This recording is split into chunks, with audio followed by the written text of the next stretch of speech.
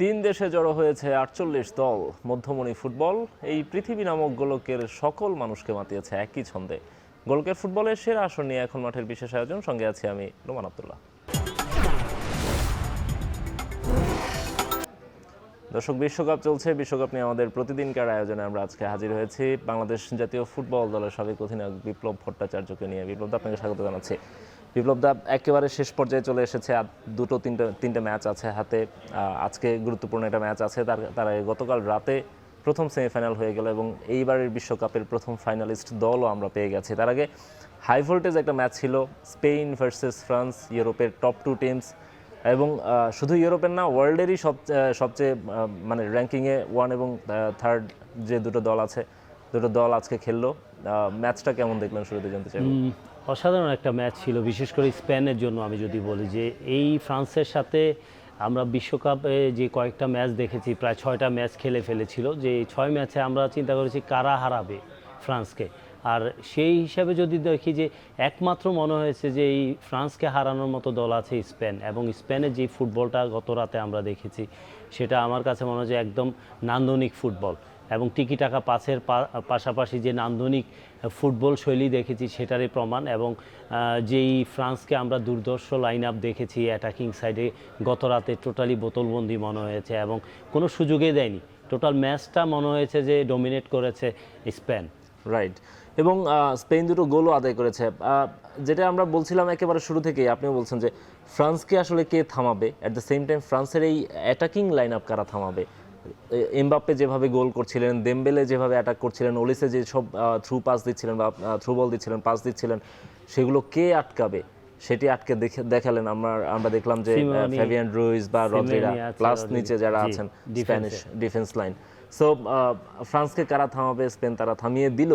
কিন্তু গোল পাওয়াটা মনে হয় একটু, কারণ স্পেন যেভাবে খেলে থাকে সাধারণত দীর্ঘ সময় তারা নিজেদের কন্ট্রোলে বল রেখে আস্তে ধীরে অ্যাটাকে যায়। গতকাল আমরা দেখলাম শুরু থেকেই কিন্তু তারা বিল্ড আপ করছে, প্রেসিং ফুটবলের পাশাপাশি আপনার এই যে পজিশনাল যে মানে এত কুইক খেলছিল, এবং এই জায়গাটায় আমার কাছে মনে হয় যে পাজেলড হয়ে যাচ্ছিল ফ্রান্সের প্লেয়াররা। বিশেষ করে সেকেন্ড গোলটা যদি দেখি, ওলমো এবং প্যারোর মধ্যে যে কম্বিনেশন সুপার, এবং গোলটাও হয়েছে অসাধারণ দেখার মতো। এখানেই বোঝা যায় যে স্পেন টিমের খেলোয়াড়রা যে বাই বর্ন যদি আমরা বলি যে তাদের প্যাটার্ন, ফুটবলের প্যাটার্নটা কিন্তু সিমিলার, সেম, প্রায় 2010-এর পর থেকে কন্টিনিউয়াস। যার জন্যই তারা এই যে আয়ত্ত করা, কন্টিনিউয়াস নিজেদের দখলে বলটা রাখা, এতে করে কিন্তু আমরা দেখেছি একটা সময় গিয়ে এমবাপ্পেরা পাজলড হয়ে যাচ্ছিল, অ্যাংরি হয়ে যাচ্ছিল। সো এখানেই ম্যাচটা কিন্তু টোটালি এক পেশে হয়ে যায়। এক্স্যাক্টলি। যখন আপনি বল অনেকক্ষণ ধরে নিজের কন্ট্রোলে রাখবেন এবং প্রতিপক্ষের পায়ে দিবেন না। আমি একটা জিনিস খেয়াল করছিলাম যে যখনই হচ্ছে স্পেন তো নিজেদের দখলে বল রাখছিল, যখনই হচ্ছে একটা মিস পাস হচ্ছিল বা ফ্রান্সের পায়ে বল যাচ্ছিল, সঙ্গে সঙ্গে হাই প্রেস করে হাই প্রেসিং করে বলটাকে নিয়ে নিচ্ছে, রিগেইন করে আবারও অ্যাটাকিং এ যাচ্ছে। সো এখানেই কিন্তু আমার কাছে মনে হয়েছে ফ্রান্স এবং স্পেনের ডিফারেন্স তৈরি হয়ে গেছে। এবং প্রথম গোলটাও যদি দেখি, পেনাল্টি থেকে হয়েছে, জেনুইন পেনাল্টি, কোনো আর্গুমেন্টের সুযোগ নেই। এরপরেও ধরেন বেশ কিছু সুযোগ ক্রিয়েট করেছে, যেটা আমাদের গত 6টা ম্যাচে আমরা যেটা ফ্রান্সকে দেখেছি সেটা মনে হয়েছে গত রাতে স্পেন করছিল, এবং সব কিছুই তাদের মতো করেই হচ্ছিল। হয়তো লাস্ট নাইটটা যদি বলি যে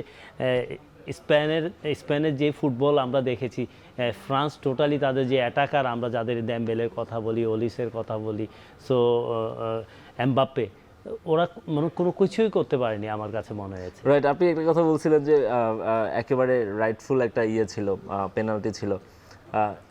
শুধু আর্জেন্টিনার এগেইনস্টে গেলেই সেটা কি আপনার? দেখুন, গত রাতে এটা যদি ধরেন ছোট বাচ্চাকেও বলে, সেও বলবে এটা পেনাল্টি। এটা নিয়ে কোনো আর্গুমেন্টের সুযোগই নেই, কারণ আপনি যেটা করেছে, সো আমার মনে হচ্ছে এটা নিয়ে কোনো আর্গুমেন্ট কেউই করতে পারবে না। তবে আনইনটেনশনাল তো অবশ্যই ছিল, লেগেছে অনেক জোরে, মানে যদি আপনি কিকটার কথা বলেন, বাট অবশ্যই আনইনটেনশনাল ছিল, কারণ ইয়ামাল যে তার পেছনে ছিলেন আমার মনে হয় না সেটি না। ওই সময় বলে কিন্তু অ্যাটাক করছিলেন ইয়ামাল, সে হয়তো দেখেনি বিহাইন্ড দ্য ইয়ামাল। সো আমার মনে হয় যে অ্যাটাকটা করেছে বলে না লেগে সরাসরি গায়ে লেগেছে, যার জন্য রেফারি বাধ্য হয়েছে। কোনো রকম ভিআরের চান্সে দেয়নি, সরাসরি পেনাল্টি দিয়ে। আমরা সেই ট্যাকেলটা দেখতে পারি আসলে, আমাদের কাছে কিন্তু সেই ট্যাকেলটা আছে পেনাল্টি পাওয়ার আগে, যে ট্যাঙ্গেলটা হয়েছিল সেটি একটু আমরা আসলে দেখে আসতে পারি। আমি ভরসা রাখি হিরন স্মার্ট ওয়াটার পিউরিফায়ারে। কুকুরের ক্রস ছিল সেখান থেকে। দেখুন, দেখছেন এখন ক্লোজলি দেখাবে যখন সরাসরি পেনাল্টি দিয়েছে, এখানে কোনো অপশন ছিল না। আপনি দেখুন, তবে এখানে যদি পাটা না চালাতো, ইয়ামাল যেভাবে এসেছে, এটা ইয়ামালের ফাউল হয়ে যেত যদি ওর সাথে কানেক্ট হতো, বডি কন্ট্যাক্ট হতো। হ্যাঁ, বডি কন্ট্যাক্ট হলে ও বিহাইন্ড থেকে এসেছে এমনভাবে, ওর অ্যাপ্রোচটা ছিল কিন্তু বলে যাওয়া, আর যদি পাটা না উঠতো তাহলে অবশ্যই এটা পেনাল্টি হতো না। রাইট, আমরা গোলটা দেখে নিব এখান থেকে। যখন স্পেন সরাসরি পেনাল্টি পেয়ে যায় এবং ওয়ারজাবালে পেনাল্টি ভালো মেরেছে ওয়ারজাবাল, পাওয়ারফুল শট ছিল। পাওয়ারফুল শট ছিল অনেক। গোলকিপারের খুব বেশি কিছু করার না, সুযোগ এখানে ছিল অনেক না। পাওয়ারফুল ছিল, অনেক পাওয়ারফুল ছিল শট। আপনি জাস্ট ফলো করেন, বল নেটে চলে গেছে, তারপর ড্রাইভে গিয়েছে, বল নেটে অনেক পরে পড়েছে। খেয়াল করেন কত পাওয়ারফুল এবং খুবই নিখুঁত শট, সাধারণত দেখেই মেরেছে সে। একটা কথা বলা হয় না বিপ্লব দা, আপনি নিজেও গোলকিপার ছিলেন, যে এই জায়গায় মানে এই পজিশনটাতে বল মারতে পারলে গোলকিপার জানা থাকলেও অনেক সময় এখানে রিচ পাওয়া যায় না, রিচ করা যায় না, কারণ পাওয়ারফুল যখন থাকে আপনি বলে রিচ করতে পারবেন না পাওয়ার জেনারেট করলে। এবং ওয়ারজাবাল আমরা জানি যে রিয়াল সোসিয়েদাদে কিন্তু ভালো একটা মৌসুম কাটিয়েছে এবং অসাধারণ মৌসুম। অনেক রিয়াল সোসিয়েদাদে যতটুকু ভালো কাটিয়েছেন তার চেয়ে বেশি মনে হয় বিশ্বকাপে সময় কাটাচ্ছেন। টিমের কম্বিনেশন দেখুন তাদের মধ্যে, যে ওয়ালগুলো যে করে, মানে ও তো নাম্বার 9 আমরা বলি, কিন্তু ও জেনুইন কিন্তু নাম্বার 9 না, ও উইংয়ে খেলে, তাকে নাম্বার 9 হিসাবে খেলাচ্ছে। সো আমার মনে হয় যে এই ফ্রান্সের টিমে সঠিক যে রিয়েল নাম্বার 9 যেটা বলি, এটা মিসিং আছে, কিন্তু এরাও যে নাম্বার 9 ছাড়াও যে টিম জেতা যায় তারই প্রমাণ। আপনি দেখেন ম্যাচ বাই ম্যাচ ওদের যে কম্বিনেশনগুলো তৈরি হয়েছে অসাধারণ।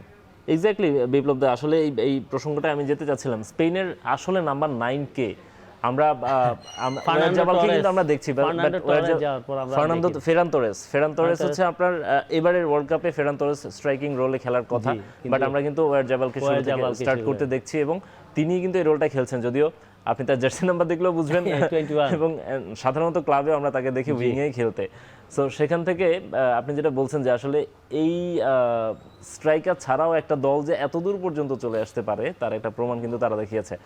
একই সঙ্গে স্ট্রাইকার ছাড়া এই মুহূর্তে যদি বলেন ফ্রান্সের কথা বলছেন, একেবারে জেনুইন স্ট্রাইকার আমার মনে হয় আর্জেন্টিনা দলে হুলিয়ান আলভারেজ খেলে, কিন্তু হুলিয়ান আলভারেজকেও আমরা জেনুইন স্ট্রাইকার হিসেবে ম্যাচে দেখি না, সেকেন্ড স্ট্রাইকার হিসেবে আমরা দেখছি মেসি খেলতে। সো স্ট্রাইকার ছাড়া আসলে দলগুলো এই যে শাইন করছে, গোল পাচ্ছে, এবার প্রচুর গোলও হচ্ছে, এটার কারণ কি? দেখুন, কি প্লেয়ার লাইকে বল প্লেয়ার যদি বলি, বিশেষ করে স্পেনের প্রত্যেকটা খেলোয়াড় কিন্তু বল প্লেয়ার, ওদের পায়ে বল গেলে বল সহজে নেওয়ার মতো ক্ষমতা নেই। আপনি যদি দেখেন ওরা কিন্তু একদম, আমার কাছে যেটা মনে হয় ওদের ফাউন্ডেশনটা তৈরি হয় একই প্যাটার্নে। ওরা কী ধরনের ফুটবল খেলে, টিকি টাকা ফুটবল। 2016 আমরা 10-এর পর থেকে কিন্তু এটা দেখছি, 2008-এর পর থেকে দেখছি, ইউরোর খেলার পর থেকে দেখছি যে স্পেন এই টিকি টাকা পাস নিয়েই ব্যস্ত, টিকি টাকা পাসটাই পছন্দ করে। তখন গার্দিওলা এই জিনিসটা কিন্তু ইমপ্লিমেন্ট করেছে বার্সেলোনায় থাকা অবস্থায়। তো তখন থেকে কিন্তু তারা এটার উপর জোর দিয়েছে। পাশাপাশি দুই একটা লাস্ট 2014-তে আমরা প্রেসিংটা কম দেখতাম, তারা টিকি টাকা খেলতো, কিন্তু ওই জন্য তারা রেজাল্ট পাচ্ছে না। কিন্তু এই ওয়ার্ল্ড কাপে আমরা দেখছি কিন্তু প্রেসিং ফুটবলটা খেলছে, বল লস করার পর রিগেইন করার যে তাদের ক্যাপাবিলিটি সেটা কিন্তু খেলোয়াড়দের মধ্যে দেখছি, যার জন্য ফ্রান্স গত রাতে কিন্তু দেখুন যখনই বল লস করেছে ফিউ মিনিটের মধ্যে তারা বলটা রিগেইন করছে এবং তারা আবার অ্যাটাকে যাচ্ছে। সো আমার মনে হয় যে এখানেই কিন্তু ফ্রান্সের এই দলটা আর 2014 বা আমরা যদি 18-তে দেখি তার মধ্যে ডিফারেন্স খুঁজে পাওয়া যায় ইজিলি। রাইট, আমরা এর পরের গোলটা যে গোলটা আছে, সেকেন্ড গোলটা করেছে, একেবারে দারুণ একটা টিম গোল, দারুণ কম্বিনেশন। দেখুন আপনি অলমো বলটা নিয়েছে, জাস্ট 1-2 করবে, জাস্ট এখান থেকে এই পাশে আসবে, এই যে চেঞ্জ হচ্ছে অ্যালেক্স বাইনার একটা, এটা না, এখনই কম্বিনেশনটা করবে। ওকে, বলটা কিছুটা স্লো করলো, এই যে দেখেন বলটা দিয়েই সুন্দর, প্যারোর খুব চমৎকার একটা রান নিয়েছে, একদম স্পেস, ওপেন স্পেসে, কেউ বুঝতে পারে না যে ও রান করবে এটা, এবং তার জায়গাও সেটি না, সে কারণেই হয়তো কিছুটা রাইট ফুল ব্যাক খেলে। রাইট, দেখুন আপনি ওয়ালটা করেছে কি, তিনটা প্লেয়ার, একদম তিনজন প্লেয়ার একদম টোটালি জাস্ট বোকা বনে গেলেন এবং সবাইকে পাশ কাটিয়ে তিনি চলে গেলেন সেখানে। অলমোস্ট টাচটা নিয়ে একটু কথা বলা যায় দাদা। আমি অলমোস্ট মানে এই অ্যাসিস্টটাকে আসলে কে কিভাবে মনে রাখবে আমি জানি না, যে ছোট্ট একটা টাচ কিন্তু টিমের কম্বিনেশনটা বোঝা যায় যে তিনি আসলে জানতেন পুরো ওই জায়গাটাই পৌঁছাবে। তারা ওই যে বললাম না, তাদের ফুটবলটা কি মানে ওদের কম্বিনেশনগুলো যদি দেখেন, ওরা মানে কন্টিনিউয়াস করতে থাকে, এটা কিন্তু 1-2 দিনে না। আপনি অবশ্যই কিন্তু 1-2 দিনে একদম হয়নি। ফাউন্ডেশন থেকে শুরু করে এখন পর্যন্ত ওদের ন্যাশনাল টিম, ইয়ুথ টিম, প্রত্যেকটা টিম কিন্তু এই প্যাটার্নে ফুটবল খেলার চেষ্টা করে। হোয়াট অ্যাবাউট ওরা হারুক বা জিতুক, কিন্তু এই প্যাটার্নে খেলতে খেলতে এখন ওদের যে প্রেসিং, ওই প্যাটার্নের পাশাপাশি প্রেসিংটা প্রয়োজন ছিল, সেই প্রেসিংটাও আমরা দেখতে পাচ্ছি। চমৎকার এক্স্যাক্টলি, এবং খুবই ক্লিনিক্যাল একটা ফিনিশিং, দেখে বোঝার উপায় নেই যে এই প্লেয়ারটা হচ্ছে বেসিক্যালি ফুল ব্যাক। জি। মানে তিনি যে ফিনিশার না, বা তিনি স্ট্রাইকার না, বা তিনি উইঙ্গার না, তিনি একজন ডিফেন্ডার। জি। ফিনিশিং দেখে সেটা এই যে বোঝার উপায় নেই। একটা কথাই বলেছে, ওরা নাম্বার 9 নিয়ে ভাবে না, ওরা ভাবে হলো ওদের টিমের প্রত্যেকটা খেলোয়াড়ের কোয়ালিটি আছে গোল করার মতো, যার জন্য ওরা নাম্বার 9, স্পেশালি নাম্বার 9 থাকতে হবে, সেটা কোনো ব্যাপার না তাদের কাছে। এক্স্যাক্টলি। বিপ্লব দা, আমরা একটু স্পেনের ট্যাকটিকটা নিয়ে একটু শুনতে চাই আপনার কাছ থেকে। আমরা সাধারণত এই ওয়ার্ল্ড কাপে ওয়ার্ল্ড কাপে আসার আগ থেকেই আপনি যদি বলেন, এখন এই মুহূর্তে ওয়ার্ল্ডের বেস্ট মিডফিল্ডারদের একজন হচ্ছে পেদ্রি, এবং গাভিও বেশ নাম কামাচ্ছেন, বার্সেলোনার কি প্লেয়ারদের মধ্যে একজন। গতকালকের ম্যাচে আমরা দেখলাম স্পেন যেভাবে এই ওয়ার্ল্ড কাপটা খেলছিল, তারা কিন্তু তাদের ট্যাকটিকটা চেঞ্জ করে ফেললো, তাদের ফরমেশনটা চেঞ্জ করে ফেললো। রুইজ এন্ড রুড্রিরে খেলাচ্ছে দুইটা হোল্ডিং এ, Exactly. কারণ তাদের ডিফেন্সিভ কোয়ালিটি অনেক বেটার, বিশেষ করে রুড্রি এবং রুইজ দুজনে কিন্তু দেখুন বলটা ওরা বেশি যায় না, ওরা জাস্ট মিডফিল্ডের জাস্ট অ্যাটাকিং জোনে থেকেই আবার ব্যাক করে পজিশনে আসে যখন এই বলটা লস করে, কারণ ওদের ডিউটিটা এই জন্যই দুজনকে রেখেছে হোল্ডিং হিসাবে, যেন এই দুজনকে বিট করে কেউ না যায়, যেটা Exactly. আমরা ওই যে ডার্টি প্লে যেটা বলে, যে অপোনেন্ট টিমের যে কোয়ালিটি প্লেয়ারগুলো আছে ওইখানে আক্রমণগুলো নষ্ট করার জন্য। সো এই দুইটা জায়গায় রুইজ এবং রুড্রি দুজনেই কিন্তু বেস্ট, এবং তারা তাদের কাজটা সঠিকভাবে পালন করেছেন। আপনি দেখবেন যে যেমন বুস্কেট করতো, আমরা Exactly. 2010-14 ওইসব জায়গায় দেখতাম বুস্কেটের যে কোয়ালিটি ছিল, সেম জিনিসটা রুড্রি করে যাচ্ছে এবং রুড্রি করে রুইজ যাচ্ছে। তাকে সাপোর্ট করে যাচ্ছে। এবং এই দুজনকে বিট করে এমবাপ্পে এবং দেমবেলে কিন্তু যেতে পারেননি। আপনার যেতে পারেনি। ডিফেন্ডারদের কাজ অনেকটাই সহজ করে সহজ দিয়েছেন করেছে, জিরোর এবং সামনে থেকে। লাস্ট ম্যাচটা যদি একটু খেয়াল করবেন, কিন্তু আমরা এটাকে কুকুরেলা এবং আপনার পারো, ওরা কিন্তু অ্যাটাকে যাওয়ার মিস করার সাথে সাথে আবার পজিশনে Back আসতো, করেন, ডিউ টু কাউন্টার অ্যাটাক যদি বলি, অসাধারণ আপনার ফ্রান্সের অ্যাটাকিং সাইড বেশ কয়েকটা সুযোগও নিয়েছিল এমবাপ্পে ফার্স্ট হাফে, আপনি যদি খেয়াল করেন, আপনার সিমোনে বের হয়ে একদম লিবারো ইভেন হয়ে খেলা শুরুতেই কিন্তু একটা সুযোগ তারা তৈরি করেছিল। আমরা দেখলাম যে বারকোলা একটা সুযোগ মানে কাউন্টার অ্যাটাকে, কাউন্টার অ্যাটাকে 5-6 মিনিটের মাথায়।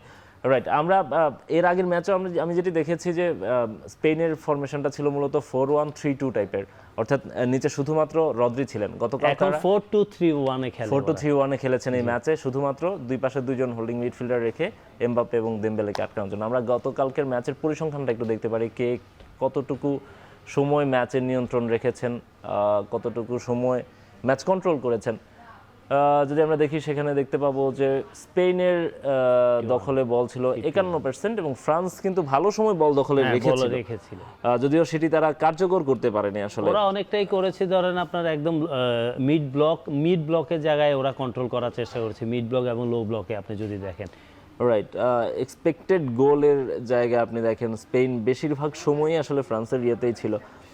শট নিয়েছে বেশ কিছু স্পেন, তবে দুই দলই সমান শট নিয়েছে। অন টার্গেটে স্পেন দুটো রাখতে পেরেছে এবং গোলও করেছে। সফল পাস দিয়েছে তারা, 427টা ডুয়েল জয় করেছে। এই যে ডুয়েল উইনের ব্যাপারটাতেই স্পেন এগিয়ে গেছে, এখানে এগিয়ে আছে, সেখানেই ব্যবধানটা আসলে করে দিয়েছে। দেখবেন বেশিরভাগ সময় যখনই বলটা লস করেছে স্পেন কুইক রিগেন করে ফেলেছে, বেশি সময় নেয়নি, 2 টাচ 3 টাচের মধ্যে ওরা আবার রিগেন করেছে, কারণ প্রেসিংটা ছিল খুব চমৎকার লস করার পর বল।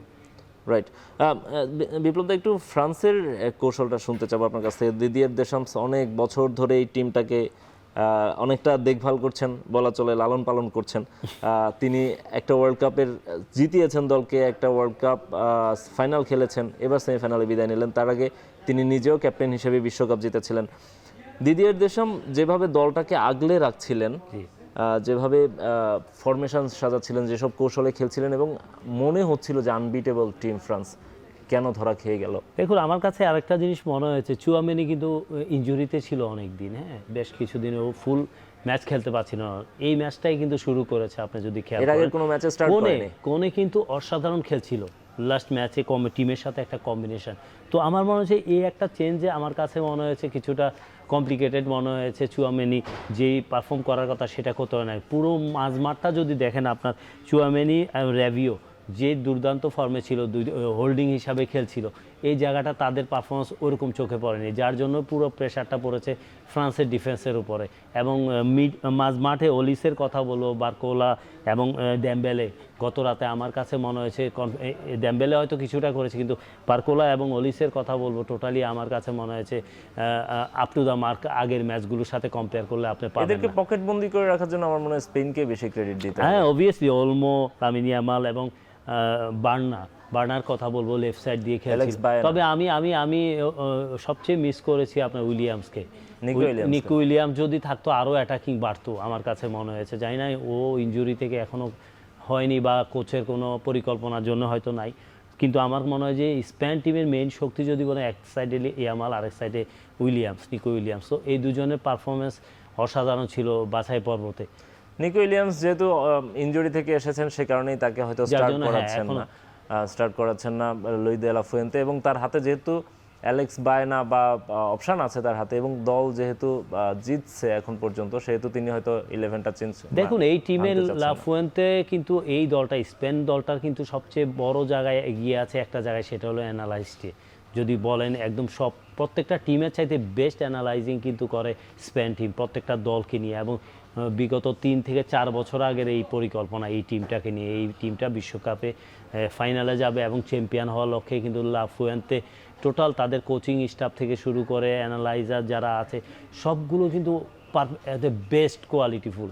হ্যাঁ, যার জন্য এই স্পেন টিম প্রত্যেকটা টিমকে নিয়ে যে এত অ্যানালাইজিং করে, তার কিন্তু গত রাতে আমরা দেখেছি যে ফ্রান্সকে কেউ আটকাতে পারবে না এই দুর্ধর্ষ অ্যাটাকিং। আমরাও বলেছি যে ফ্রান্স 3টা খেলে 4টা দেওয়ার ক্ষমতা রাখে, সো এই ফ্রান্সকেও বোতলবন্দি করে দিয়েছে ডিউ টু তাদের বিহাইন্ড দ্য সিন যদি বলেন স্টাফ যারা অ্যানালাইজিং নিয়ে কাজ করে, ওদের অপোনেন্ট টিমের প্লেয়ারদেরকে নিয়ে যত বেশি অ্যানালাইজ করে, যার প্রতিফলন কিন্তু আমরা মাঠে দেখতে পেরেছি। প্রত্যেকটা খেলোয়াড় যাদের বেস্ট পসিবল, যাদের সেগুলো বন্ধ করে দিয়েছে, সুযোগ দেয়নি কোনো রকম, আমার কাছে মনে হয়েছে। রাইট, সবগুলো পাসিং লাইন তারা বন্ধ করে দিয়েছে, যে কারণেই আসলে ফ্রান্সের পক্ষে সুযোগ হয়নি গোল আদায় করে নেওয়ার। আমরা একটু স্পেনের আরেকটা গোল তারা পেয়ে যাচ্ছিল অনেকটাই, লামিন ইয়ামাল আরেকটা গোল করেছে, আমরা সেই গোলটা একটু দেখে আসতে পারি। কে বিশ্বকাপে প্রথম গোলটা পেয়েছিলেন লামিন ইয়ামাল অলমোস্ট। না, ফার্স্ট একটা গোল করেছে, আগে সৌদি আরবের সাথে একটা গোল ছিল, কিন্তু এটা ওই যে একটু বের হয়েছিল ওর, রাইট, একটু জাস্ট, বেশি না, সুতা পরিমাণ বের হয়েছিল, যার জন্য অফসাইড দিয়েছে আপনার। তবে দারুণ একটা থ্রো বল ছিল, থ্রো তো অনেক অসাধারণ ছিল, এবং সে বের হয়েছে দেখেন না আপনার কোয়ালিটি। হ্যাঁ,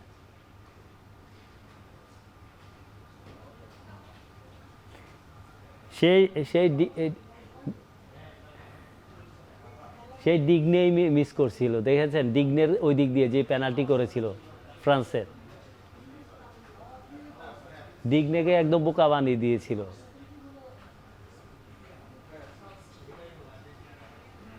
ফিনিশ, দারুণ একটা গোল ছিল, যদি দারুণ গোল ছিল। হ্যাঁ, এই যে বেরোয় আছে, কিন্তু বোঝাই যাচ্ছে যে অফসাইড, রেফারি একদম সামনেই ছিল, লাইসম্যান। এক্স্যাক্টলি, বাট আমরা যেটা বলছিলাম যে মানে ফ্রান্সের দুটো দিক খুব খেয়াল করার বিষয় ছিল টুর্নামেন্টের শুরু থেকেই। একটা ছিল হচ্ছে মিডফিল্ডটা, তারা খুব একটা জোর দিচ্ছিল না, দুটো কারণে। একটা হচ্ছে তাদের অ্যাটাকিং লাইন আপ এত বেশি মানে এত স্ট্রং ছিল, এবং তারা যে কোনো রক্ষণকে ছিঁড়ে ফেলছিল, যে কারণে আপনি একটু আগেও যেটি বলছিলেন যে তারা 3টা খেলে 4টা দেয়। আপনি নকআউট স্টেজ এর আগের প্রথম রাউন্ডে যদি দেখেন, কোনে কিন্তু অসাধারণ খেলছিল, এবং ওদের সাথে র্যাবিওর সাথে যে একটা কম্বিনেশন, সেটা আমার কাছে মনে হয়েছে কিছুটা কমতি ছিল ওই যে চুয়ামেনির সাথে। কারণ চুয়ামেনি ভালো প্লেয়ার নিঃসন্দেহে, কিন্তু এই ম্যাচটা হঠাৎ করে প্রথম 11 থেকে খেলানো, আমার কাছে মনে হয়েছে তাদের যে উইনিং যে টিম, ওইটার কিছুটা এফেক্ট করছে আমার কাছে মনে হয়েছে। রাইট, এই কম্বিনেশন ভাঙার কারণেই তাদেরকে কিছুটা ব্যাকফুটে থাকতে হয়েছে। একটু আমরা জানতে চাইবো যে এই যে মানে স্পেন ফাইনাল এবং আরেকজন দুয়ের কথা বলবো, দুয়েও কিন্তু এই ম্যাচ খেলেনি শুরুতে। দেজিরে দুয়েকে এই ওয়ার্ল্ড কাপেই এখন পর্যন্ত স্টার্ট করানো হয়নি। না দুয়েও খেলেছে, লাস্ট ম্যাচও খেলেছে, Substitute লেফট হিসেবে সাইডে খেলেছে। খেলেছে। বারকোলাকে নামিয়েছে গতকাল প্রথম থেকেই। রাইট, বারকোলা বা দেজিরে দুয়ে তারা কিন্তু ক্লাব ফুটবলে দুর্দান্ত ছন্দে ছিলেন। আমি জানি না দুয়েকে নিয়ে আসলে দেশামের কি প্ল্যান ছিল, বাট তিনি কিন্তু পিএসজি কে চ্যাম্পিয়ন্স লিগ জেতানোর ক্ষেত্রে অনেক বড় ভূমিকা রেখেছিলেন এবং তার যে ঝলক বা যে কোনো রক্ষণ ভাঙার কোয়ালিটি কিন্তু দেজিরে দুয়ের মধ্যে আছে, এট দ্য সেম টাইম পেসও আছে তার। আমি জানি না কেন তাকে আসলে সুযোগ দেওয়া হয়নি। এটা আসলে কোচের পরিকল্পনা। দেখুন এই টিমটা নিয়ে কিন্তু দেশম অনেক দিন ধরেই কাজ করে, সো দেশমের কাছে মনে হয়েছে দুয়ের জায়গায় বারকোলা ইজ বেটার। সো আমার মনে হয় টিম হিসাবে দেখেন আপনার ফ্রান্স টিমে কিন্তু অজস্র কোয়ালিটি প্লেয়ার। আপনি দেখেন যারাই খেলুক, আপনি যদি ওই যে এমবাপ্পে গত রাতে গোল পায়নি, এমবাপ্পে না খেললেও এমবাপ্পের জায়গায় যদি অন্য কেউ নামে আমার কাছে মনে হয় খারাপ করবে না। সো আমার মনে হয় যে হয়তো একটা দিন খারাপ গিয়েছে এই ম্যাচটা, এরকম কিন্তু ফ্রান্স আমরা দেখিনি। একটা ম্যাচ দেখেছি সেটা হলো যাও প্যারাগুয়ের সাথে, যেটা আপনার নেগেটিভ ফুটবল খেলাতে হয়তো ওরা গোল পাচ্ছিল না। সো প্যারাগুয়ে যেটা করেছে ওইটাও মনে হয় একটা অ্যালার্ট ছিল যে এই ফ্রান্সকে ধরার জন্য। আমি তখন ওই ম্যাচের পর বলছিলাম এই বিশ্বকাপে আমার কাছে মনে হয় যে একমাত্র স্পেন ছাড়া তাদেরকে আটকানো সম্ভব পারবে না। আচ্ছা, একটা ফাউল গতকাল করেছে স্পেন, আমরা ফাউলটাও একটু দেখতে পারি। ফাউলটা দেখতে পারি এই কারণ এই ধরনের ফাউল নিয়ে বিশ্বকাপে নানা ধরনের বিতর্ক হচ্ছে। ফাউল থেকে কার্ড কেন দেয়া হয়, কেন দেয়া হয় না, সেসব নিয়ে আমাদের অনেক বুদ্ধিজীবীরা আছেন, নানা রকম মন্তব্য করে থাকেন। আমরা একটু দেখতে পারি এই ফাউলটাতে, এটা হচ্ছে পেনাল্টিটা, আমরা ফাউলটা দেখতে পারি। এটা পেনাল্টি। আচ্ছা, এই ফাউলটা ছিল পেনাল্টি যেখান থেকে পেয়েছে। আরেকটা ফাউল ছিল আমরা দেখেছি গতকাল, যেটির কারণে কোনো ধরনের কার্ড শো করা হয়নি।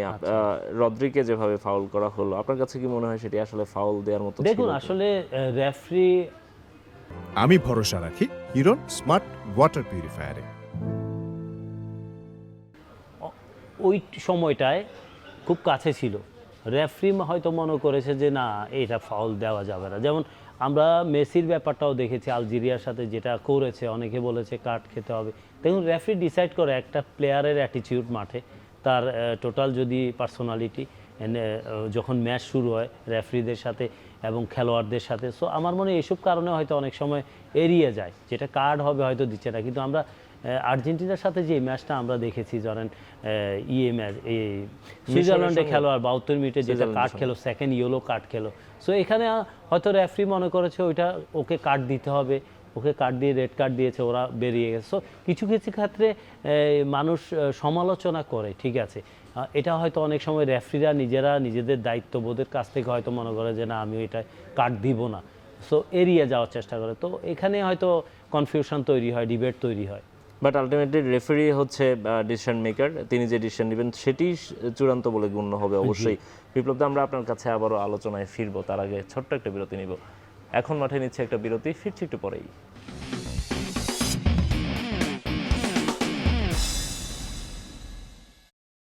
বিপ্লব দা, আমরা স্পেন ফ্রান্স ম্যাচ নিয়ে কথা বলছিলাম। আমরা বলছিলাম যে ফ্যাবিয়ান রুইজকে নামিয়ে গতকাল ম্যাচের চেহারা অনেকটা পাল্টে ফেলেছেন, বা কৌশলটা চেঞ্জ করে কিন্তু খেলছে বাট এই ওয়ার্ল্ড কাপে এখন পর্যন্ত 7টা ম্যাচ খেলেছে স্পেন, এর মধ্যে 3টা ম্যাচে স্টার্ট করেছেন তিনি, গতকালকের ম্যাচ সহ। তার আগে মাত্র 2টো ম্যাচে তিনি স্টার্ট করেছিলেন।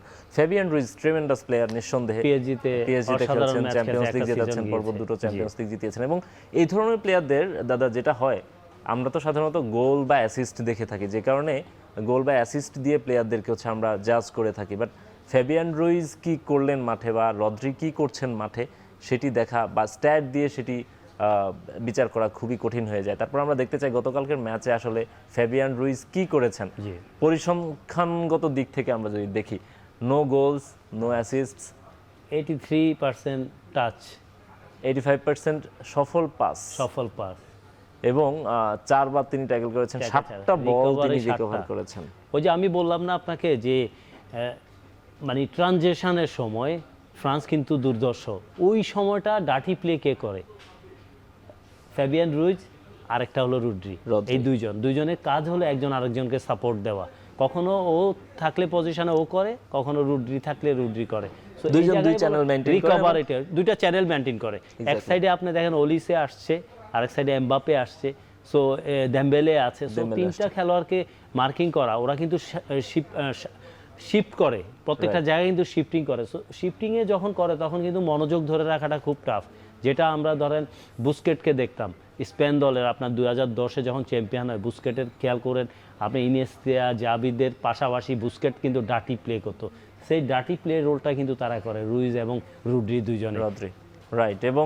এবং আমি যেটা বলছিলাম শুরুতে, গোল অ্যাসিস্ট না দেখলেও যে না থাকার পরও একটা প্লেয়ার যে আসলে কতটা গুরুত্বপূর্ণ রোল এখানে প্লে আপনাকে করতে পারে বুঝতে টিমে। হবে, এখানেই একটা খেলোয়াড়ের কোয়ালিটি দেখতে হবে, সে যেই পজিশনে হোল্ডিংয়ে খেলে as a holding player, holding defensive মিডফিল্ডারের কাজটাই এটা। এক্স্যাক্টলি। একই সঙ্গে আমরা যেহেতু বারবার রদ্রির কথা আসছে, আমরা একটু রদ্রিকেও দেখতে চাই। পাশাপাশি পজিশনে দুজন খেলেছেন। রদ্রিও গতকাল সেম, কোনো গোল নেই, কোনো অ্যাসিস্ট নেই, স্টিল 87% সাকসেসফুল পাস, 82 বার বল টাচ করেছেন, ডুয়েল জয় করেছেন 11 বার, ট্যাকল জিতেছেন। এবং ম্যান সিটির কিন্তু একজন মানে অসাধারণ প্লেয়ার, ম্যান সিটিতে সে খেলে জাস্ট এই রোলটাই প্লে করে, এবং ম্যান সিটিকে ওই যে আপনার গার্দিওলা কিন্তু এই যে এই টিকি টাকা পাঁচটাই খেলে, এবং এই যে প্রেসিং, গার্দিওলা কিন্তু এখন সেম স্পেন যে প্যাটার্নে ফুটবল খেলে এই সেম প্যাটার্নে এই ফুটবলটা খেলতে পছন্দ করে। এখানে রুড্রিরে অলওয়েজ ওই পজিশনটাই খেলায় এবং রুড্রি এই কাজটাই করে।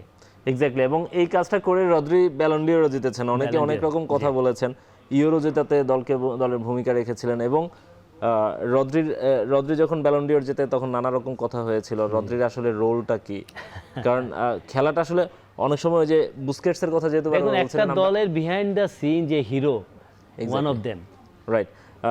বুস্কেটসের ব্যাপারে একটা কথা বলা হতো যে আপনি যদি বুস্কেটসকে ফলো করেন পুরো ম্যাচটা আপনি দেখতে পাবেন। এক্স্যাক্টলি এই রোলটা প্লে করছেন এখন রদ্রি। আমার কাছে মনে হয় যে রদ্রিকে আপনি ফলো করলে পুরো ম্যাচটা দেখা যাবে, পুরো সব জায়গাতেই তিনি আছেন। At the same time defence যেমন করছেন, থ্রু বল দিচ্ছেন। লাফুয়েন্তে একটা জিনিস খেয়াল, লাফুয়েন্তে কিন্তু দুজন হোল্ডিং রেখেছেন, এই দুজনে কিন্তু রদ্রি এবং রুইস দুজনকে কিন্তু ওই পজিশনে খেলাচ্ছেন, ডিউ টু তারা জানে ফ্রান্সের অ্যাটাকিং সাইডটা কি। সো ওই দুইজনকে রেখেছে এই জন্য যে ট্রানজিশনে যখন ফ্রান্স আসবে তখন এই সবগুলো আক্রমণ নস্যাৎ করার পেছনে ওদের অবদান বেশি থাকবে, ডিফেন্সের উপর প্রেশারটা অনেকটা কমে যাবে। রাইট। এমবাপ্পের কথা আমরা বলছি, যেহেতু এমবাপ্পেকে একটু দেখতে পারি। এমবাপ্পে আসলে গতকাল কি খেলেছেন, যেভাবে পুরো ওয়ার্ল্ড কাপটা খেলছিলেন তার ধারে কাছে তার ছিটে ফোটাও আমরা গতকাল দেখিনি।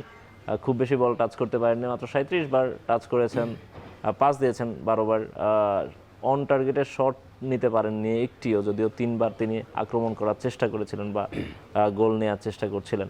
সো এমবাপ্পেকে গতকাল মানে তিনি যেভাবে খেলছিলেন সেটি আসলে তিনি করতে পারেননি। স্পেনকে আমরা ক্রেডিট দিলাম, বাট এমবাপ্পের যে আমরা বলি যে এমবাপ্পের নিজের কিছু ব্রিলিয়ান্স আছে, দেখুন নিজের এখানে স্বতন্ত্র আমার কাছে বৈশিষ্ট্য মনে হয় যে আছে। ওর ব্রিলিয়ান্ট অবভিয়াসলি আছে, কিছু কিছু জায়গায় আমাদের কাছে ইজিলি মনে হচ্ছে, কিন্তু ওকে ওইভাবে বল দেওয়া হয়নি। দেখুন আগের ম্যাচগুলোতে যদি ওলিসের কথা বলি, ওলি যে ধরনের অ্যাসিস্ট করতো গত রাতে কিন্তু আমরা সেটা চোখে দেখিনি, এবং আপনার দেমবেলে, বারকোলা এই সাইড থেকে, সো ওই ধরনের যখন আপনি সাপোর্ট দিবে না, ও পজিশনে যাচ্ছে, স্পেস ক্রিয়েট করছে কিন্তু সে বল পাচ্ছে না, ডিউ টু এখানে ক্রেডিট দিতে হবে ফ্রান্সের স্পেনের প্লেয়াররা সেই সুযোগ দেয়নি, যখনই বলটা লস করেছে স্ন্যাশ করে বলটা নিয়ে নিয়েছে, ভেরি কুইক রিকভারি করছে, যার জন্যই কিন্তু সে যতই স্পেস নেক, একটা দুইটা বল পেয়েছিল সেখানে কিন্তু সিমিওনি বের হয়ে একটা বল প্রথমার্ধে দেখেছেন কিভাবে সে লাইকে লিভারও হয়ে সে বলটারে ক্লিয়ার করেছে। সো আমার মনে হয় এখানে গোলকিপার সিমিওনির কিন্তু একটা ক্রেডিট দিতে হয়, ডিফেন্স লাইনে টোটাল রোলটা প্লে করেছে অ্যাজ এ লিডার।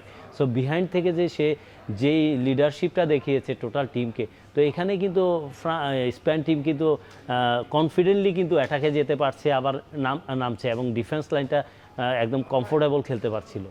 রাইট। আপনি উনাই সিমনের কথা বলছিলেন, একটা তথ্য মনে করিয়ে দিয়ে 7টা ম্যাচে তিনি মাত্র একটা গোল হজম করেছেন, সেটি বেলজিয়ামের এগেনস্টে। তার আগে তিনি বিশ্ব রেকর্ড করে ফেলেছেন বিশ্বকাপে, তার চেয়ে বেশি সময় ধরে কেউ গোল পোস্ট এরকম গোল ছাড়া রাখতে পারেনি। সো উনাই সিমন ডিজার্ভস মানে হিউজ ক্রেডিট যেটা তিনি ওয়ার্ল্ড কাপে করেছেন। আমি মনে হয় না এই ওয়ার্ল্ড কাপে আসার আগে তিনি ওয়ার্ল্ড কাপের বেস্ট গোলকিপারদের একজন ছিলেন, কারণ তার চেয়ে অনেক নামি দামি গোলকিপার এই ওয়ার্ল্ড কাপে ছিল, বাট তিনি সব স্পটলাইট কেড়ে নিয়েছেন। আমরা একটু লামিন ইয়ামালকে দেখতে চাই। লামিন ইয়ামাল গতকালকের ম্যাচে কেমন ছিলেন? বেশ নামকরা প্লেয়ার। আমরা বলছিলাম এমবাপ্পে ভার্সেস ইয়ামাল ম্যাচ হতে যাচ্ছে, এমবাপ্পেকে আমরা কিছু করতে দেখিনি, ইয়ামালের পারফরমেন্স মূল্যায়ন করবেন। অবভিয়াসলি ধরেন ইয়ামাল, আমার মনে হয় যে সে ইনজুরি থেকে কামব্যাক করার পর যেই ফুটবল খেলছে, একটি এফেক্টিভ ফুটবল খেলছে। গত রাতে হয়তো একটা গোলও বাদ গিয়েছে, কিন্তু অসাধারণ গোল করেছে। এবং পাসগুলো যে মানে প্রথমে পেনাল্টিটা নেওয়া, এটা কিন্তু ক্লেভারলি একটা পেনাল্টি নিয়েছে যদি বলি, এটা অবশ্যই ওর ক্রেডিট দিতে হয়। ওই জায়গায় সে শরীর ঢুকিয়ে দিবে এটা কল্পনাও করা যায়নি। আপনি যদি দেখেন ওদের যে ডিফেন্ডার ছিল, হ্যাঁ, সো ডিঙ্গের কথা বলবো, ডিঙ্গেকে যার শরীরের উপরে গিয়েছে এই জন্য যে একটা ফাউল করে কিনা সেটাই সে সফল হয়েছে। এবং দলের অবশ্যই আপনার মোস্ট কি প্লেয়ার যদি বলি আপনার ইয়ামালকে বলতে হবে। এবং সবার চোখ কিন্তু ইয়ামালের দিকে ছিল, সবাই ইয়ামালকে নিয়ে ব্যস্ত ছিল, বাকি কাজটা করেছে অন্যরা। ইয়ামালকে মার্ক করতে গিয়ে কি ফ্রান্স আসলে ওই যে পোরোকে এই সুযোগটা দিয়ে দিল, বা মানে পেদ্রো পোরো যে ওই সময়টা আসলে বল নিয়ে ঢুকে যাবেন, রাইট সাইড অন্যদের জন্য স্পেস ক্রিয়েট হয়ে যাবে, ওই পজিশনটা কিন্তু ইয়ামাল খেলে। কিন্তু ইয়ামাল এবং ওর কম্বিনেশনটা যদি দেখেন, ইয়ামাল ভিতরে গেল, জাস্ট অলমো একটা বল ওয়াল করলো, ওই ওয়াল করে দিয়ে কিন্তু সে পজিশনে গেল, তখন কিন্তু সবাই ইয়ামালকে নিয়ে ব্যস্ত, জাস্ট ওই পজিশনটা টোটালি খালি ছিল, এমটি ছিল। রাইট, এবং সেখানেই পুরো ঢুকে গেলেন এবং গোলটা নিয়ে নিলেন।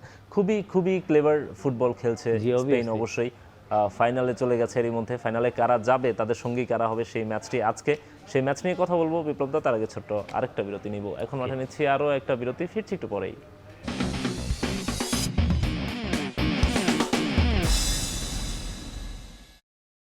দাদা, ব্রেকে যাওয়ার আগে যেটি বলছিলাম যে আজকে একটা গুরুত্বপূর্ণ ম্যাচ, আপনার গায়েও দেখছে একটা ইংল্যান্ডের জার্সি আছে। আমি জানি আপনি ব্রাজিল সাপোর্টার, এবং ব্রাজিলের পরে পর্তুগালের পর সুইজারল্যান্ড হয়ে এখন ইংল্যান্ডে এসেছেন আমরা জানি। আমি ইংল্যান্ডকে সাপোর্ট করার কিছু কারণ আছে, সেটা হলো বলি যে ইংল্যান্ড টিমটা যদি দেখেন 66-এর পর এখন পর্যন্ত ফাইনাল খেলতে পারেনি, এবং প্রত্যেকবারে কিন্তু তারা বেস্ট টিম হিসাবে আসে। সো আমার কাছে মনে হচ্ছে এই বিশ্বকাপের এই ইংল্যান্ড দলটা একটু এক্সট্রা অর্ডিনারি, বিশেষ করে থমাস টুকেল আসার পর এই দলটা ডিসিপ্লিন একটা টিম দেখেছি। এবং আমার মনে হয় যে ইংল্যান্ড এবং আর্জেন্টিনার যে সেই ফকল্যান্ড যুদ্ধ থেকে শুরু হয়ে 86-এর ম্যারাডোনার হ্যান্ডস অফ গোল, ডেভিড বেকহামের রেড কার্ড, এরপরও অনেক ঘটনাবহুল একটা সম্পর্ক ওদের মধ্যে। সো আমার মনে হয় যে এই ম্যাচটা একটা হবে, অসাধারণ একটা ম্যাচ হবে, এটা আর একটা ফাইনাল ম্যাচ আমার কাছে মনে হয়। হ্যাঁ, সব কথার বড় কথা হচ্ছে আর্জেন্টিনা এগেইনস্ট ইংল্যান্ড, সো ইংল্যান্ডকে সাপোর্ট করবেন। Apart from supporting the teams, আপনার মানে এই ম্যাচটা আপনি যেটি বলছেন যে একটা ঐতিহাসিক ম্যাচ হতে যাচ্ছে। প্রথম কথা হচ্ছে লিওনেল মেসি প্রথমবার ইংল্যান্ডের এগেইনস্টে খেলছে, 24 বছর পর আর্জেন্টিনা ইংল্যান্ড মুখোমুখি হচ্ছে, এবং বিশ্বকাপে এই শতকে আমরা দ্বিতীয়বারের মতো তাদেরকে দেখতে পাচ্ছি। এর আগে ডেভিড বেকহামের যে ঘটনাটার কথা আপনি বলছেন, তার আগে goal of the century, hand of গডের স্মৃতি আছে, নানা রকম ঘটনাবহুল একটা ম্যাচ হতে যাচ্ছে। সো এই ম্যাচে আসলে আর্জেন্টিনা বা ইংল্যান্ড কারা কেমন কৌশল নিয়ে খেলতে নামবে বলে আপনার কাছে মনে হয়? দেখুন, আমার কাছে যেটা মনে হয় যে তিনটা ম্যাচ যদি বলি আর্জেন্টিনার, স্পেশালি তিনটা ম্যাচ কামব্যাক ছিল, নকআউট ম্যাচ, তিনটা দুর্দান্ত ম্যাচ খেলে বের হয়েছে আর্জেন্টিনার যে আর্জেন্টিনা দল। এখন পর্যন্ত আমার কাছে একটা জায়গায় আর্জেন্টিনার একটু ওরিড মনে হয়, সেটা হলো 6 ম্যাচে 6টা গোল কনসিড করা একটা। আর সেকেন্ড থিং হলো প্রত্যেক দিন আপনাকে মেসি গোল বের করে দেবে, অ্যাসিস্ট করে দেবে, সেটা হতে পারে না। প্রত্যেক দিন আপনার সেই ফেভার করে না। গত রাতে যদি আমরা এমবাপ্পের দিকে খেয়াল করি, ডেম্বেলের কথা বলি, অলিসের কথা বলি, তারা কিছুই করতে পারেনি। হ্যাঁ, সো আমার মনে হয় যে এই ইংল্যান্ড দলটায় কিন্তু সেই প্রোফাইলিং খেলোয়াড় আছে, কোয়ালিটিফুল প্লেয়ার আছে, অভিজ্ঞ খেলোয়াড় আছে, এবং ডিফেন্স লাইন থেকে শুরু করে গোলকিপার পর্যন্ত প্রত্যেকটা পজিশনে কিন্তু আমার কাছে মনে হয় যে একটা ফাইট দেওয়ার মতো টিম।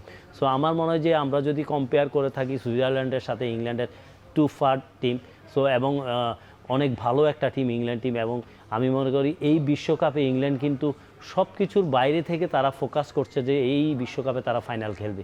এবং আর্জেন্টিনার যদি ম্যাচ যদি আমরা অ্যানালাইজিং করি, মেসির পারফরমেন্স যে গ্রাফ, ওই গ্রাফটা যদি গত রাতের মতো এমবাপ্পেদের মতো হয়, আমার মনে হয় যে আর্জেন্টিনা ফাইনাল খেলাটা দুরূহ হয়। এক্স্যাক্টলি, যেভাবে এমবাপ্পেদেরকে পকেট বন্দি করে ফেলেছিল, যদি মেসিকেও বন্দি করে ফেলে, এটা একটা বড় কনসার্নের জায়গা। অ্যাট দ্য সেম টাইম আপনি বলছেন যে 6টা গোল আর্জেন্টিনা হজম করেছে, তবে এই টুর্নামেন্টে এখন পর্যন্ত সবচেয়ে বেশি গোলও করেছে আর্জেন্টিনা, 17টা গোল তারা করেছে, এবং মেসির 8টা গোলের বাইরে তারা 9টা গোল করেছে, যেখানে বেশিরভাগই ডিফেন্ডাররা। আমরা দেখব যে তাদের যে স্ট্রাইকাররা আছেন, হুলিয়ান আলভারেজ এখন পর্যন্ত একটা গোলের দেখা পেয়েছেন, লাউতারো মার্টিনেজ 2টা গোল পেয়েছেন, নিকো গঞ্জালেস বা ফরওয়ার্ডরা যারা আছেন, যাদের কথা বলছি, আলমাদা, তারা এখন পর্যন্ত কোনো গোলের দেখা পাননি, যেখানে ক্রিস্টিয়ান রোমেরো 2টি গোল করেছেন, এনজো ফার্নান্দেজ গোল করেছেন, ম্যাকালিস্টার গোল করেছেন, লিসান্দ্রো মার্টিনেজ গোল করেছেন।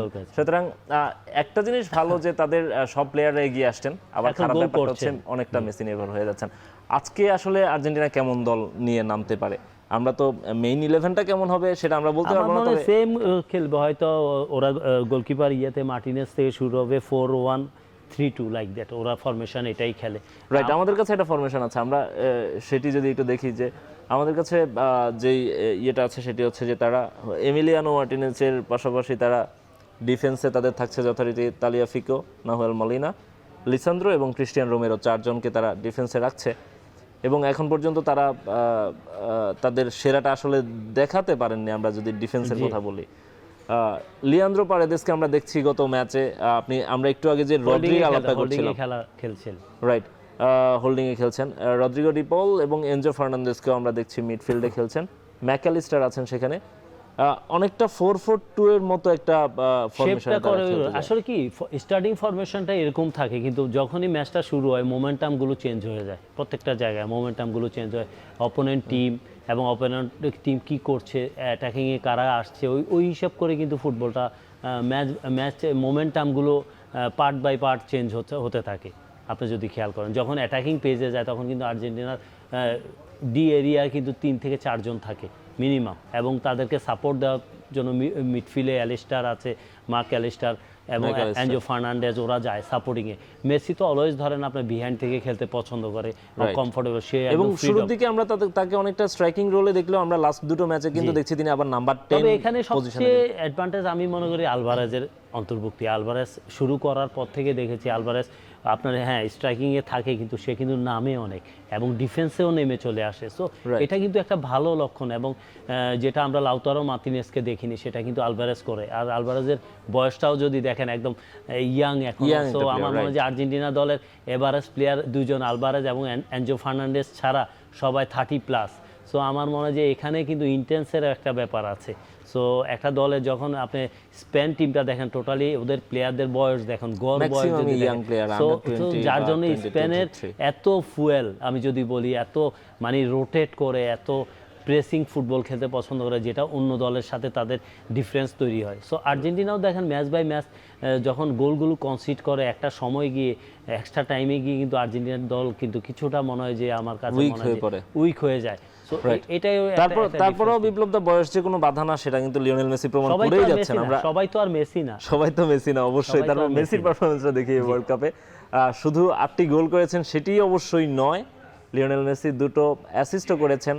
এট দ্য সেম টাইম তিনি 82.4% সাকসেসফুল পাস দিচ্ছেন, 21টা সুযোগ তৈরি করেছেন, গোল চান্স ক্রিয়েট করেছেন। সো লিওনেল মেসি 11টা সহায়তা করেছে রক্ষণভাগে নেমে। এক্স্যাক্টলি, অনেকে বলছেন যে মেসি দৌড়াচ্ছেন না, মেসি নিচে নামছেন না, তারপরেও তিনি 11 বার নিচে নেমেছেন, 11টা বল ওন করেছেন। এট দ্য সেম টাইম 21টা সুযোগ তৈরি করেছেন। আমরা যেটা বলি যে আমরা মেসিকে অনেকে হয়তো গোল দিয়ে জাজ করতে চান, 8টা গোল তিনি করেছেন, কিন্তু তিনি যে 21টা চান্স ক্রিয়েট করেছেন সেখান থেকে 10টা গোল হলে সেটি কত ম্যাসিভ আকার ধারণ করে আসলে। এক্স্যাক্টলি, সো মেসির রোলটা নিয়ে একটু জানতে চাই। দেখুন, মেসির ব্যাপারে কথা বলা সত্য, আমাকে যদি মেসিকে নিয়ে কথা বলতে বলেন তাহলে এটা আসলে একটা পুরো একটা শো করে ফেলা যাবে না, এটা বলা যাবে না, কারণ মেসি ইজ মেসি। মেসির কথা বলা মানে এটা আমার মতো ছোট্ট ক্ষুদ্র জ্ঞান, এটা সম্ভব না। মেসি এই পৃথিবীর যদি আমি যদি সর্বসাকল্যে যদি বিশ্বকাপ ইতিহাস নিয়েও ঘাটি, ওয়ান অফ দেম প্লেয়ার আমার কাছে মনে হয় যে এক্সট্রা অর্ডিনারি। অনেকে এসেছে, পুস্কাস থেকে শুরু করে আমরা অনেকের কথা বলি, কিন্তু মেসি এই জেনারেশনের কাছে, এই জেনারেশনের যে ফুটবল, মডার্ন ফুটবল, এই মডার্ন ফুটবল, আর আমরা যদি আরও 5-6টা বিশ্বকাপ বা 10টা বিশ্বকাপ বিহাইন্ডে যাই, তার সাথে তুলনা করলে ওই জায়গার খেলোয়াড়দের সাথে কম্পেয়ার করার মতো না। মেসি অনেক অনেক বেটার প্লেয়ার আমার কাছে মনে হয়। এখন মাঠে নিব আরও একটা বিরতি, ফিরবো একটু পরেই।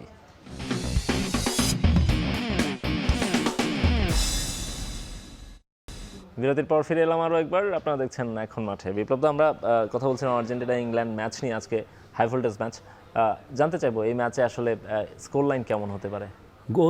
স্কোর লাইনের চাইতে আমার কাছে মনে হয় যে আজকে মাঝমাঠটা, বিশেষ করে ইংল্যান্ডের যে মাঝমাঠ, আপনার যে 5 জন, বিশেষ করে আপনার Saka, Bellingham, Gordon, Anderson, Rice, Declan Rice, ওরা যদি কন্ট্রোল করতে পারে, আমার মনে হয় যে আজকে খুবই ডিফিকাল্ট হবে আর্জেন্টিনার জন্য। তাদের যদি ইন্টেন্স বলেন, বয়সের কথা বলি, এক একজনের বয়স, এই 5 জন যে নাম বললাম, 23 থেকে 25 বছরের মধ্যে তাদের, এবং ইয়াং, সেখানে আমার মনে হয় ইয়াং এনার্জেটিক প্লেয়ার। সো মিডফিল্ডটা যদি কন্ট্রোল করতে পারে, I hope so England through the final. But স্কোরটা বলেন। স্কোর আমি আমার কাছে মনে হয় যে 2-1 মানে 2 ইংল্যান্ড ইংল্যান্ড জিতবে। 1 আর্জেন্টিনা। আর্জেন্টিনা। আর দেখা যাক শেষ পর্যন্ত আসলে রেজাল্টটা কেমন দাঁড়ায়। লেটস সি, আপনিও বলেন আপনার একটা প্রেডিকশন শুনতে চাই। না, host আমি হিসাবে। আমি আমি আমি ব্যক্তি- জানতে চাচ্ছি। আমি আসলে আমি তাও আপনি পেশাদারিত্বের জায়গা যদি আপনি বাদ করুন, দেই, আজকে অন্তত একটা সুযোগ নেন, আপনাকে আমি সুযোগ দিলাম। আমি ব্যক্তিগতভাবে আর্জেন্টিনা সাপোর্টার যেহেতু আমি অবশ্যই আপনি বলেন। চাইবো আর্জেন্টিনা ম্যাচটা জিতুক। তবে Okay. তবে তবে এটা সত্য যে বাস্তবতার কথা যদি বলি, আসলে সুযোগটা ইংল্যান্ডেরই বেশি এবং যাই হোক আমি চাই আর্জেন্টিনা ম্যাচটা জিতুক। বিপ্লব দা, আপনাকে অসংখ্য ধন্যবাদ আমাদের সঙ্গে ধন্যবাদ, স্টুডিওতে ধন্যবাদ। সময় দেওয়ার জন্য। আমরা শেষ করে দিব এখন মাঠের আজকের আয়োজন। তার আগে আজকের দিনের কুইজটা আমরা জানিয়ে দিতে চাই আপনাদেরকে। বিশ্বকাপে সবচেয়ে বেশি লাল কার্ড দেখেছে কোন দল, সেটি আজকের প্রশ্ন। 4টি উত্তর আছে আমাদের কাছে, 4টি অপশন আছে। অপশন এতে আছে জার্মানি, অপশন বিতে উরুগুয়ে, অপশন সিতে ব্রাজিল, অপশন ডিতে আছে আর্জেন্টিনা। আপনার উত্তর পাঠাতে মেসেজ অপশনে যাবেন, সেখানে গিয়ে টাইপ করবেন EKHON space QZ space 35 space আপনার উত্তর স্পেস আপনার নাম লিখে পাঠিয়ে দিন 26969 নম্বরে। বিজয়ীদের জন্য থাকছে অসংখ্য দারুণ দারুণ সব আকর্ষণীয় পুরস্কার। এরই মাধ্যমে শেষ করছি এখন মাঠের আজকের আয়োজন। এতক্ষণ সঙ্গে থাকার জন্য সবাইকে ধন্যবাদ।